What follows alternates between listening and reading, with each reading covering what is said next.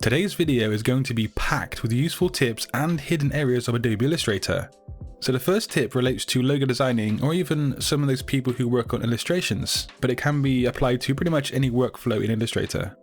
Simply come up to Window and add a new window.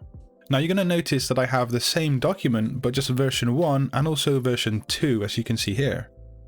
Well, let's go ahead and arrange the windows as a tiled orientation and let's see what happens. So the awesome thing about this setup is that I can have one window zoomed really far into my design and the other can be a broad outlook of the overall design. And of course that means I can be working on finer details zoomed right in on the left, and then my logo on the right is also going to be changed as I work on the left, but I get a broader kind of picture of what's happening on the right hand side. I can also select the design on the right and press Command H on a Mac or Control H on a PC, and this should hide anchor points so I can see the design a lot clearer. So yeah, this first tip is an intuitive way to work on your design with two windows open at once. But let's move on to the next Illustrator gem in today's video. Now sometimes people ask me, how do I fill my artboard with a completely bold solid color? Now the trick is I often don't even have an artboard there at all. So in the view menu we can hide the artboards like so, and now we're left with a giant workspace in Illustrator. Then we can come into the file and document settings and adjust the transparency option. Now yours won't be orange as default, and you can come into these squares and choose a color. There are various different options that allow you to select colors in different and interesting ways, and you even have a choice of sliders that include the HSB seen here. And that is of course hue, saturation and brightness.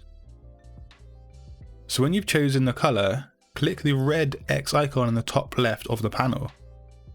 But yeah, I forgot to mention that you can actually drag colors into the little swatch UI below seen here.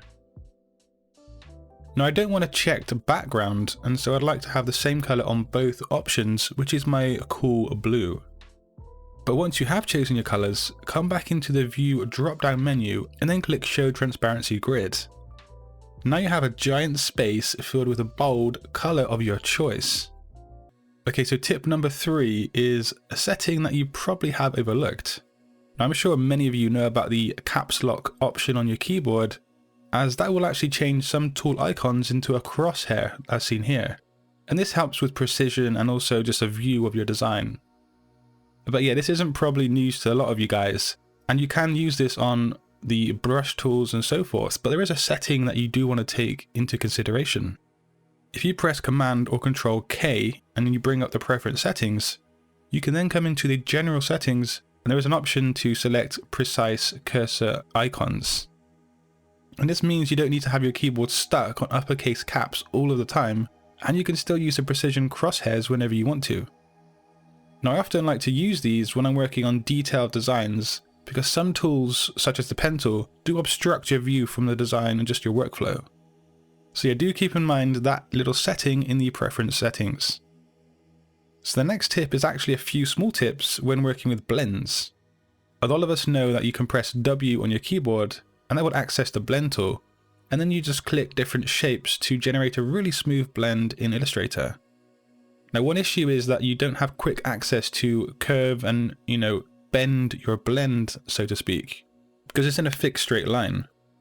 But even with a direct selection tool, you can't really do anything about it. However, if you press P for the pen tool and then hold down the Alt Option key, you can now curve and manipulate your blend path like so.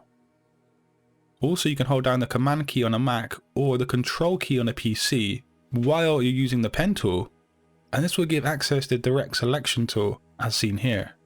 And releasing that button on your keyboard will actually revert back to the pen tool. Not only that, but when working with a blend and using the pen tool, you can change the direction of the blend by clicking on one end of the blend. But the issue is that you now have continued the path, but that's not a problem because all you need to do is hold down the Command or the Control key and then click away onto the artboard. Let's take a look at that again one more time. And yes, simply just clicking away while holding down Command or Control will deselect the path. So I have two more tips that could very well blow your graphic design mind away today. And the first of those two tips relates to the Star tool. And with this tool, I'm sure many of you guys know that if you click the up and down arrows while generating a star, you can add or decrease the amount of points on your star. Simple stuff, but while generating that star, you can also hold down the Command or Control key, and this will dictate the length of those points as seen here. So again with the star tool, while holding down the Command or Control key, we can go almost as smooth as a circle and then all of the way up towards a really long spiked kind of shape. And of course everything else in between. That Command or Control key has been quite influential in today's video. But yeah, the final tip today is about color. And Illustrator has so many aspects that help you guys with color when working on designs. But in the swatches panel, there is a color themes window. Now this is something that I've recently been making quite a big use of, and that is in the explore option of this panel. Now we can give searches for a kind of a mood, a color, an emotion, a noun, whatever you want to search for. There are many pre-built color themes that you can perfectly match to your design. But let's go back to my search for ice cream, and you will notice there are 3 dots below every single theme seen here. By clicking that, we can see we can add a color set to our library, we can add them to our swatches, we can view them on the web, or even edit them right now. For my workflow, I often do add them to my swatches library, and then I can just, use them on my design as I go. But yeah, there are some things you probably didn't know about Illustrator.